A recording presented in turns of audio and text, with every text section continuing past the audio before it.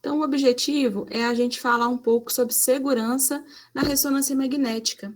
Sempre tem algumas dúvidas, os pacientes, eles tendem a ter, assim, bastante receio, né, quando falam em ressonância magnética, e muitos profissionais também, né, têm dúvida aí, principalmente os setores assistenciais. Então, aqui a gente vai tirar algumas dúvidas com relação a isso, né? A segurança, a ressonância magnética hoje, para ficar mais seguro, né, eles fizeram uma metodologia de mapeamento de zona, tá? De zona de segurança. Então, e tem 4 zonas de segurança que são estabelecidas, tá? A primeira é a zona 1. Essa região, ela inclui todas as áreas, é uma região, é uma área livre, né, que o público pode acessar. Então, a gente julga aí que, vamos colocar aí, dependendo aí da instituição, que é a parte onde que inicia, né, tá lá na recepção do hospital, ou lá na recepção da clínica, né, é onde que é o espaço comum, onde nós recebemos os pacientes, não só da ressonância magnética, mas para a realização de outros tipos de procedimentos e exames. A zona 2 já é a área de interface entre a zona 1 e a zona 3. Nesse momento, a gente inicia aí já um controle, né, do acesso desse paciente, né? Então, os pacientes, eles são recebidos na zona 2, não, não deve ter uma liberdade livre, né, de ficar circulando ali. Então, ali é onde que o profissional qualificado, ele vai começar a orientação aí desse paciente, né, com relação à vestimenta, preenchimento de questionários, né, vai colher a história desse paciente e fazer um checklist mesmo de segurança, tanto com o paciente, se ele tiver um acompanhante, dá orientação para esse acompanhante também. Já na zona 3, é uma área que nós vamos, né, que o paciente ele vai lá deixar a roupa dele, ele vai, onde que passa aquele, como é que fala, aquele sensor, né, eu esqueci o nome agora, gente, me deu um branco, para poder identificar se tem algum Detector de metal. metal. Obrigada, Sérgio. Deu um branco aqui. É onde a gente passa o detector de metal, faz a orientação para poder, se tiver, identificar lá algum adorno, né? Para poder retirar, para poder garantir que ele entre na zona 4, que é onde já tem o magneto, né? Onde ele vai realizar o exame, para que haja segurança para aquele paciente. Não só para o paciente, mas para o colaborador que estiver acompanhando, pensando aí se tiver um paciente que é internado, né? Existem muitos desafios dentro de um hospital geral que tem a ressonância magnética, do pessoal do CTI, do pessoal da internação, entender qual tipo de equipamento pode e qual, e qual não deve estar ali a partir da zona 3. Né? Então, tem vários equipamentos que, assim, eu vou mostrar aqui algumas fotos para vocês, de vários acidentes que acontecem em instituições de saúde por falta de conhecimento mesmo, por falta de gestão dessas zonas de segurança, tá? Então, eu coloquei aqui um desenhozinho, espero que esteja... Não é o melhor desenho que eu gostaria de apresentar, mas é o melhor que eu achei para ilustrar, né, como que funciona. Então, aí vocês vão ver, não sei se vocês estão vendo meu mouse, a zona 1, ela não está representada nesse espaço, porque a zona 1, como eu disse, é um espaço comum, né, onde normalmente é feito o cadastro, é um espaço comum entre vários pacientes e colaboradores da instituição. Aí, a partir da zona 2, que é a sala de espera dos pacientes de ressonância, é onde que ele vai ser submetido a triagem, questionários, né? E aí, a partir de, concluindo essa etapa, ele vai vir aqui para a zona 3, que é onde ele vai ir para os trocadores, colocar uma camisola, tirar o calçado, enfim. E aqui o paciente ele vai passar por uma nova triagem, onde o detector de metais ele vai ser submetido a esse detector, e aí, se identificado alguma coisa, ele é orientado a retirar. E, finalmente, aonde que fica o aparelho, onde está o magneto, o aparelho da ressonância magnética, que é a zona 4. Até aqui alguma dúvida? Querem perguntar alguma coisa relacionada às zonas de segurança da ressonância? Alguém com alguma dificuldade de implantar esse processo de segurança, esse fluxo de triagem? Tranquilo? Vou entender que o silêncio é porque tá tudo ok, tá, gente? Então tá. Então, o que acontece ali entre na zona 2, entre a zona 2 e a zona 3? Vocês vão aplicar, coloquei aqui um modelinho, né? Um questionário onde vocês vão filtrar lá se ele usa marca-passo, se fez alguma tatuagem nos últimos 30 dias, se usa piercing, se tem algum fragmento metálico no corpo, né, pinos, parafusos, se tem alguma maquiagem, né, que hoje em dia se faz bastante, né, maquiagem permanente, enfim, aplicação de cílios postiços. É um momento que, inclusive, gente, é importante vocês atualizarem esse questionário. Né? Às vezes a gente identifica aí questionários desatualizados, porque a moda vai chegando e o questionário da ressonância magnética não vai acompanhando essas modas, né? Como, por exemplo, ultimamente as mulheres estão usando muito cílios postiços, e dependendo do material, não pode ser utilizado, né? Porque existe um risco que precisa ser monitorado. Então, é importante a aplicação desse questionário, até mesmo para compartilhamento da responsabilidade, tá? Porque a responsabilidade, ela não é 100% da instituição, ela deve ser compartilhada com o paciente. Por isso que precisa desse termo aí de consentimento com o questionário e as orientações adequadas. E aí, na zona 3, é onde que a gente precisa de garantir aí a vestimenta adequada para a realização do exame, que normalmente são as camisolas, né?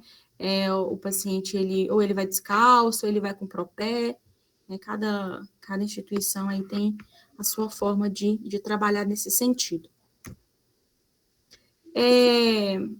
O risco do magneto, ele é o principal risco na ressonância magnética, mas ele não é o único.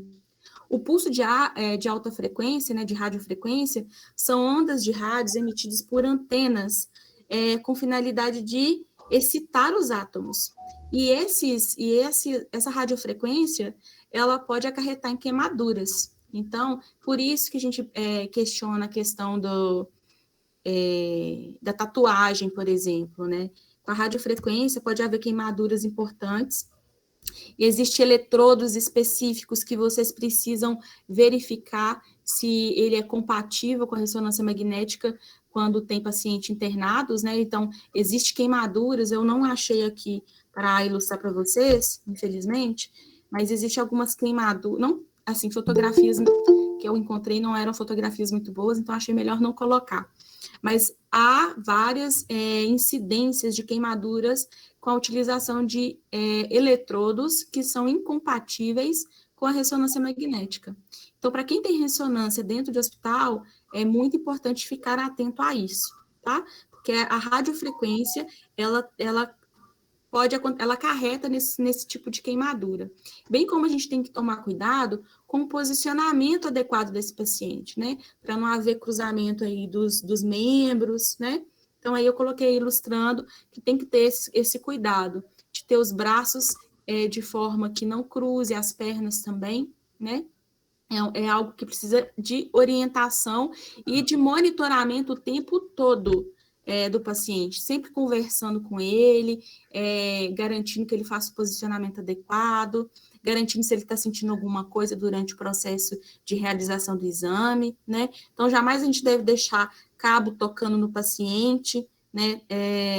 Ou no tubo com a pele exposta, sempre mantendo contato visual e sonoro, né? Paciente sistema de alerta, né, que é aquele botãozinho que fica próximo dele lá, aquela perinha, né, que fica lá para ele apertar caso ele sinta alguma coisa. Então, o que acontece, gente? Aqui eu vou mostrar para vocês algumas contraindicações à realização da ressonância magnética, tá? A gente tem as contraindicações absolutas e as contraindicações relativas. Então, algumas contraindicações relativas aqui. Eu não vou ficar entrando muito em cada uma delas, eu vou só citar, até mesmo porque a ideia é que o workshop ele não se estenda muito e garanta que vocês tenham a oportunidade aí de contar um pouco da experiência que vocês já tiveram e tirar algumas dúvidas. Então, assim, esse material, inclusive, eu vou disponibilizar para quem tiver interesse, quiser colocar no chat o e-mail, eu vou enviar essa apresentaçãozinha para vocês, tá? A Tati vai pegar os e-mails aí no chat para que a gente possa enviar posteriormente. Então, as contraindicações, né, a gente listou aqui, basicamente todas, né? Então, filtro de veia cava, é importante que seja feita somente num Tesla e meio, né? Se não tiver especificação, aguardar 8 semanas da instalação para fazer o exame, não pode ser muito recente. A não ser que tenha uma especificação que garanta essa segurança. Cabos de marca-passo epicárdio sem aparelho conectado são seguros. Cabos de marca-passo temporários intravenosos são contraindicados. A cânula metálica de traqueostomia é obrigatória a troca para uma cânula plástica. Sonda digestiva com ponta metálica deve ser retirada.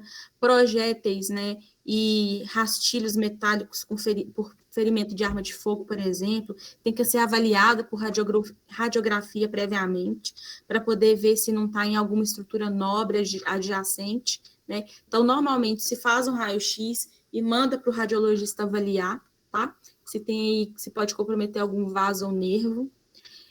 Próteses penianas, né?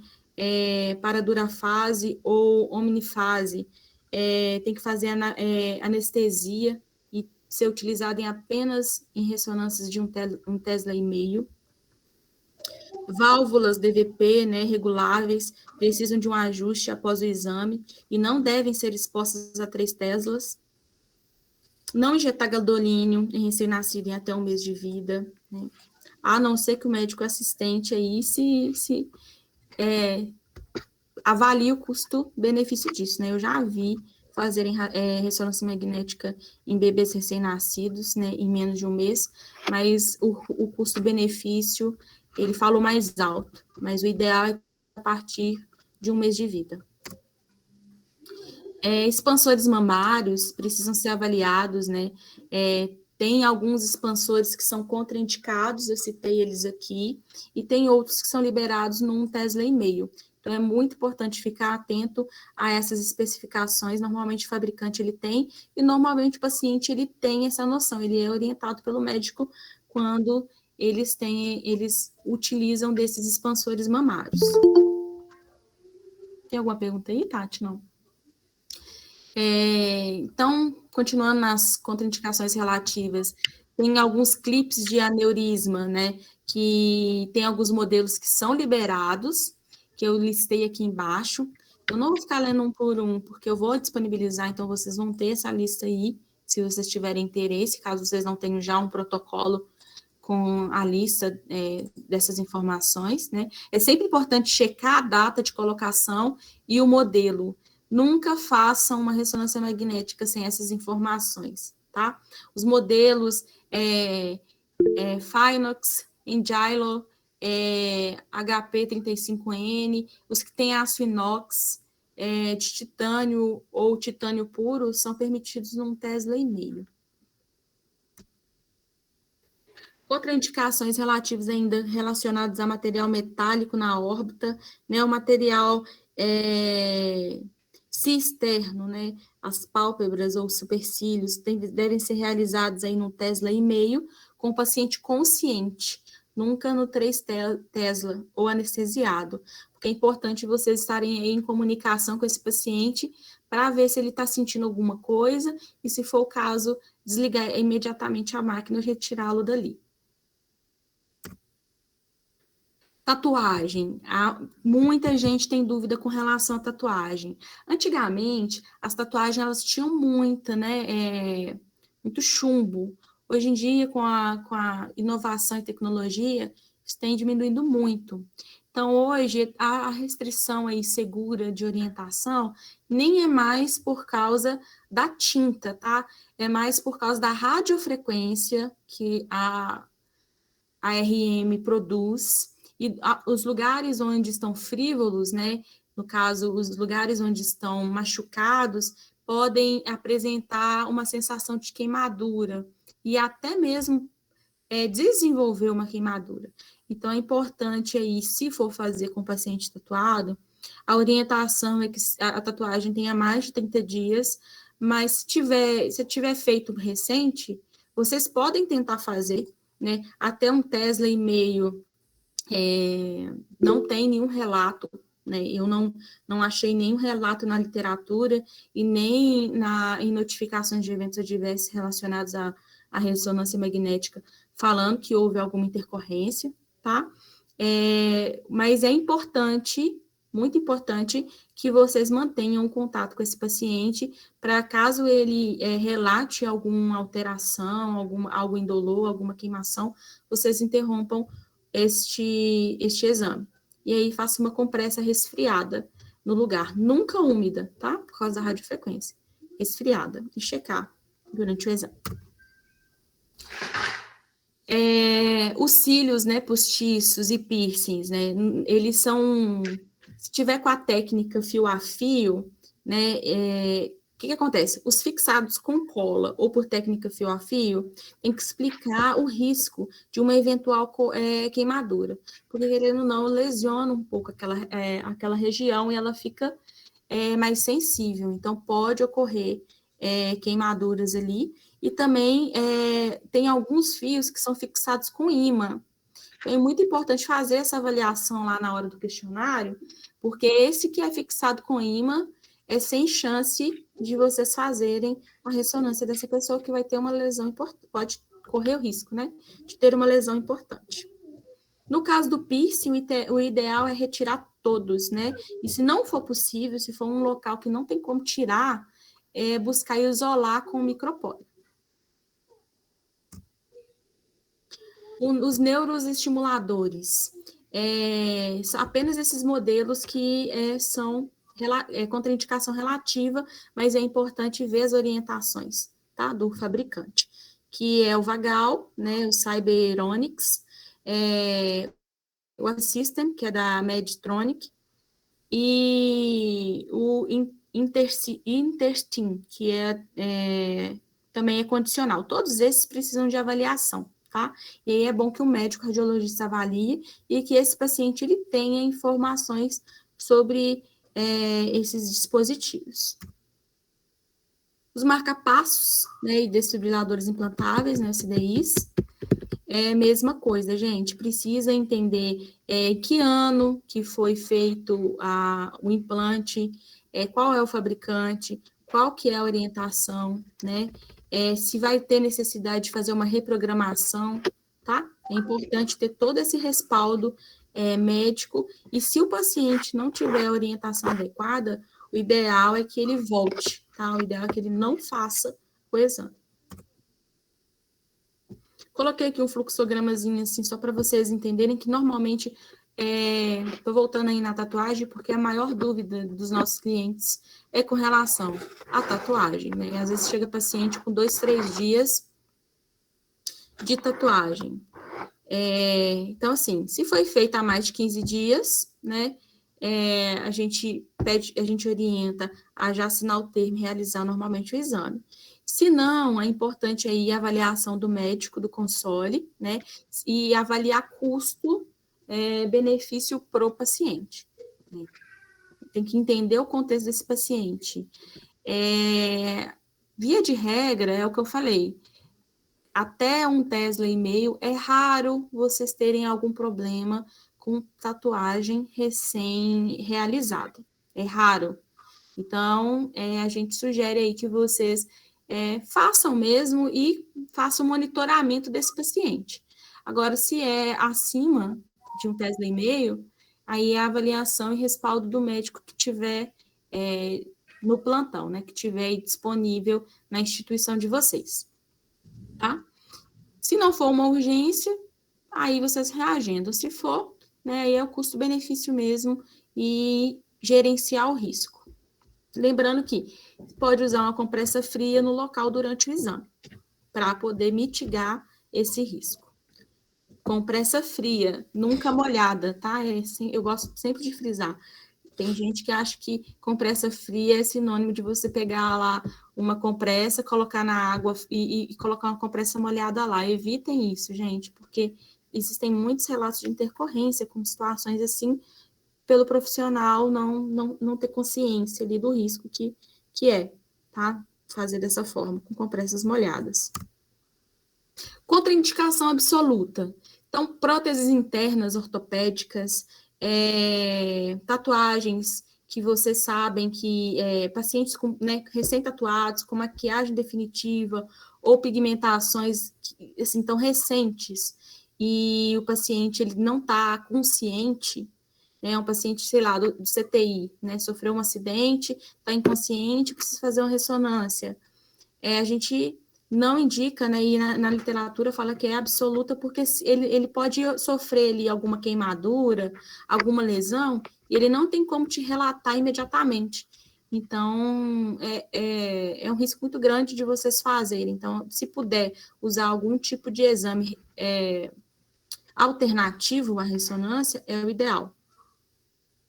Cílios postiços fixado com imã, como eu já falei anteriormente, com cola ou com fio a fio, o paciente ele não pode estar inconsciente também, né, sedado.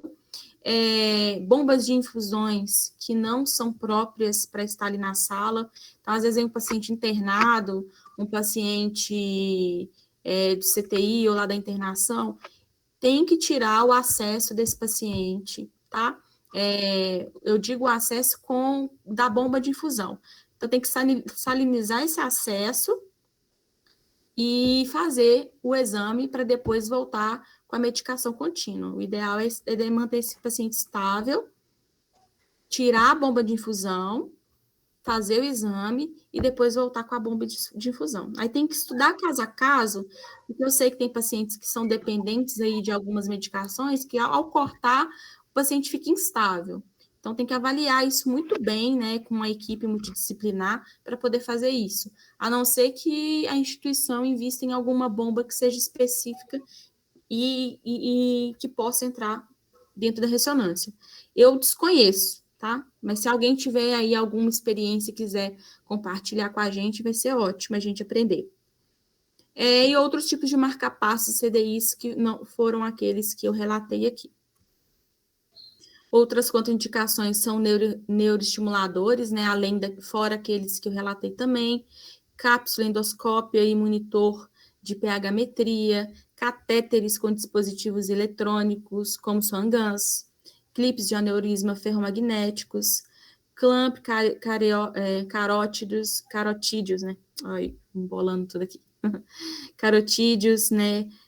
Pump blunt, fios guias intravasculares, fios metálicos de agulhamento mamário, fixadores ortopédicos externos metálicos, halos cranianos, holters, lente ocular, Trigfish, Magnetic Mini Mover, né, para correção de Pectus excavator. Nos casos de gestação confirmada, deve-se avaliar, as informações podem ser fornecidas com outro método, sem ser radiação ionizante. Então, assim, não tem nada relatando que vocês não possam fazer a ressonância magnética com uma gestante, tá? Mas é interessante avaliar, é interessante discutir isso com os médicos, né? As informações de estudos, elas alteram a condição materno-fetal, no caso de radiação ionizante, mas não tem nada falando da ressonância magnética. E o ideal é fazer sem contraste, sempre, tá? Então, é importante avaliar isso aí junto com uma equipe multidisciplinar. Procurei várias questões aí do ACR, né? Os dados atuais não documentaram conclusivamente nenhum efeito deletério da exposição da ressonância no desenvolvimento do feto. Então, não tem nenhum relato, nada, nenhum estudo falando que tem algo prejudicial aí no desenvolvimento do feto por ter realizado alguma ressonância magnética. Só a ressalva de não utilizar contraste. O paciente está em estado fértil, a menstruação está atrasada, segue o fluxo, não está atrasado, segue o fluxo habitual. Se está atrasada, o médico deve ser acionado para conversar com a paciente. Então, os riscos, eles são teóricos, não existem nada na literatura, nenhuma notificação de incidentes relacionados à utilização da ressonância magnética em uma gestante para realização de exame, tá? É isso, galera. Alguma dúvida? Deixei de falar alguma coisa que vocês estavam com alguma expectativa de saber? Gostaria de um feedback de vocês aí, e também, né, se tiver alguma experiência vivida, sei lá, com gestante, tinha algum dispositivo que não podia retirar, enfim. Agora é o momento aí da gente trocar as figurinhas.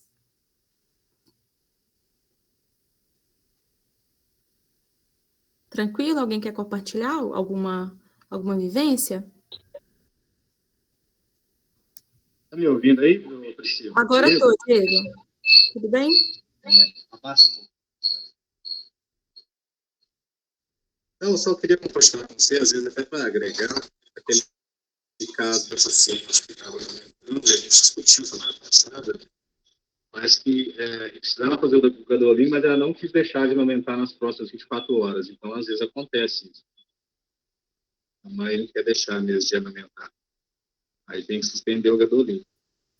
Verdade. Tem esse desafio aí também. Tem, né, muitas mães que elas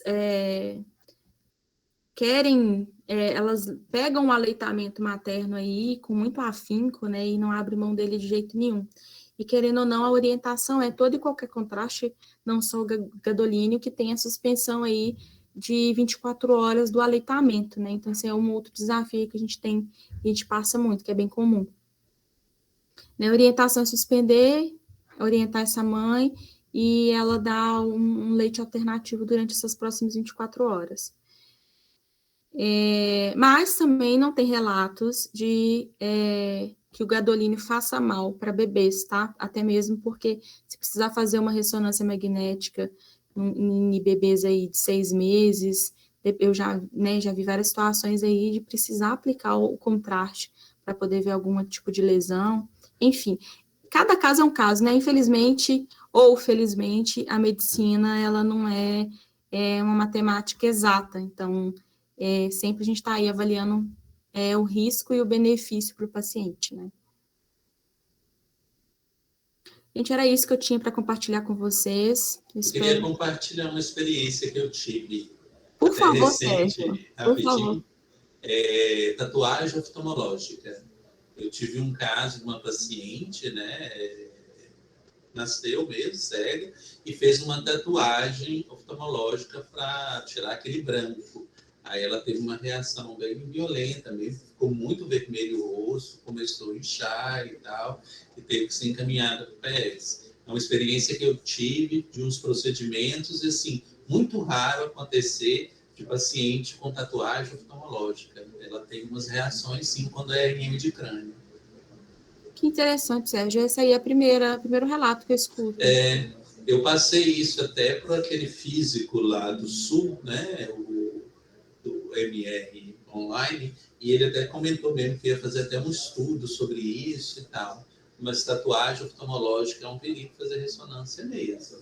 E tomar muito cuidado com isso, porque existem algumas substâncias que são utilizadas nesse tipo de tatuagem que ela dá reação, sim, começa a inchar, puxa mesmo.